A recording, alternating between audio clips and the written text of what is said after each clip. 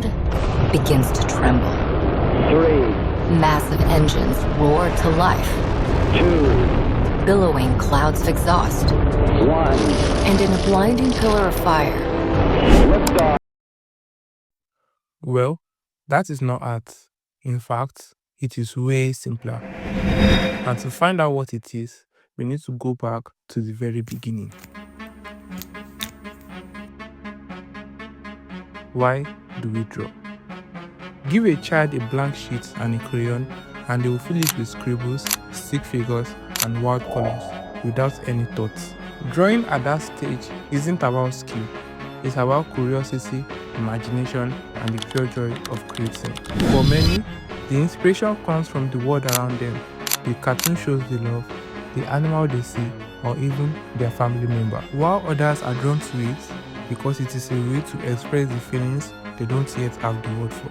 But as we grow older, something changes, and most of us stop drawing simply because we think we are not good enough. But the truth is, the creative spark never really goes away. Instead, it lies within, dormant, waiting for the right moment to come back.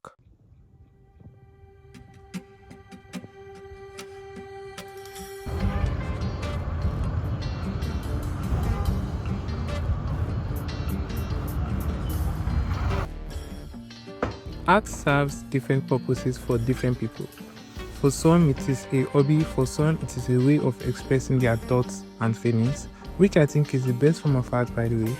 And for me, it is kind of an escape. Like if I'm having a bad day or going through some stuff, being able to just pick a pen or a pencil and start drawing and then watch it change all my mood is a very good thing. And sometimes when I'm outside, I can just sketch some things I see in my notebook. And the thing is, I don't think drawing is a luxury because everybody can actually draw.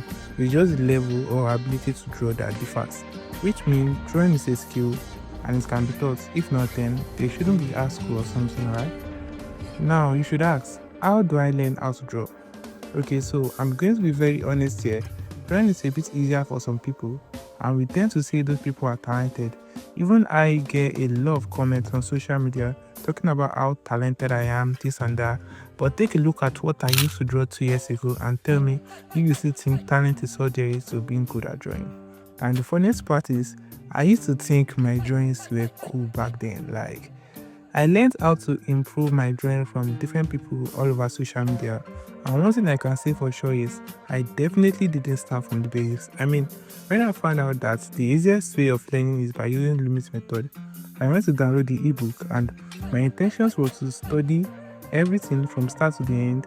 But after like 20 pages, I just got tired of learning how to draw like a hand or a nose. I just want to get to the real drawing part where I can draw things that look like my reference. So instead of just reading a lot of words on how to draw, which I find boring by the way, I went online, Pinterest, downloaded a lot of step-by-step drawing tutorials, and that's really helped me.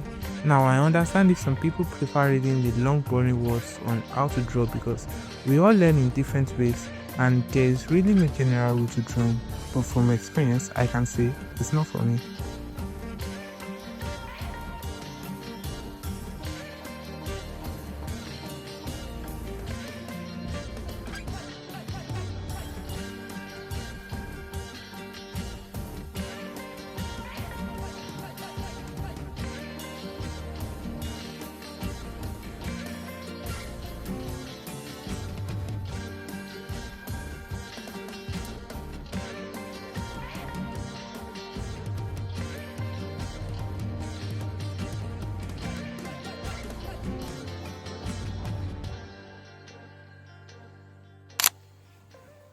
I consider Loomis method to be the simplest way of drawing head portraits, and here is how I draw mine. The first step is to start with a circle, and your circle doesn't have to be perfect, so you don't have to bring out a compass or something, because it's just a guideline and you won't be following it strictly. And once you are done with that, you can draw a smaller circle to show the position of the hair, and then draw a line dividing the circle as a guide for the eyes placement. I then complete the head shape from there. You know, actually, I don't think all I just said is explanatory enough, and I apologize for that. But if you want an in-depth tutorial on how to draw with Loomis method, Comment down below in the comment section and I'll make a full video about it. And please, let's play nice, alright? Let's keep it PGs and there are kids watching type shit. Just kidding. Anyways, moving on.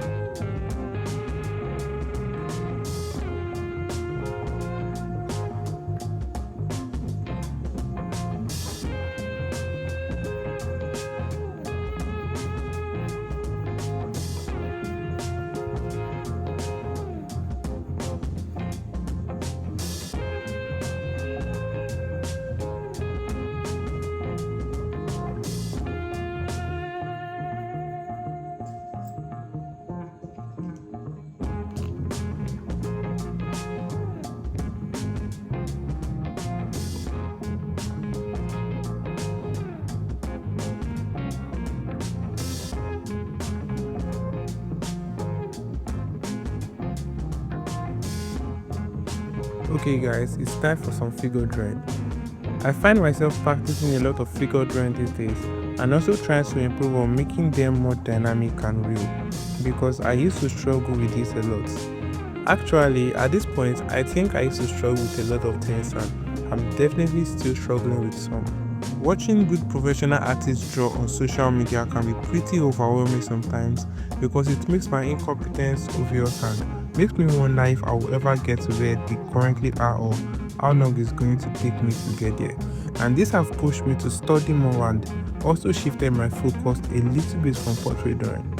I'm big on focusing more on where you think you are lacking instead of just repeating what you're already comfortable with. Even though it's a bit scary, there's a way to actually prove and get better.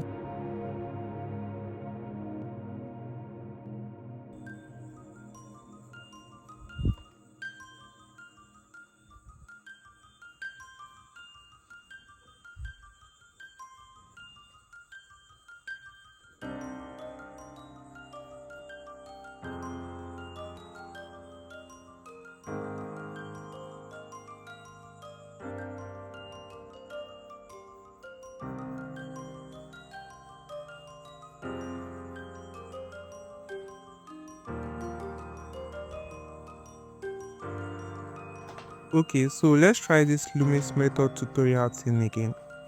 Like I said earlier, start your drawing with a circle, which serves as the cranium, and you should note that the size of your circle dictates how big the portrait is going to be, and then divide the circle into two. And also note that the head is practically divided into three.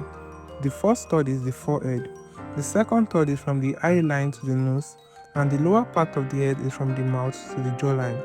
After that, draw the shape of the head, and for this, you have to be heavily reliant on your reference. I draw the nose first, then I move to drawing the eyes. The nose is one of the most significant features of the face, and it's kind of in the middle of the face, so getting the nose right is a first good step, and I can use it as a guide to get the proportion of the face. Now for the next step, this is where your creative freedom starts coming out, because you can do it any way you like, but I will take you through my process and you don't have to follow it strictly. After smudging, I start with shading the darkest parts, like the pupil, the nostrils, and the eyebrows. Then, I thicken the shape of the head to make it a bit stylized and outlined. The most interesting part for me is definitely shading, and I do spend a lot of time on this, especially if it is a bigger portrait. I arch each part of the face separately, leaving the highlighted part, the part that receives more light, and once I've gotten the desired result, I smudge it lightly because I want the arching to be visible.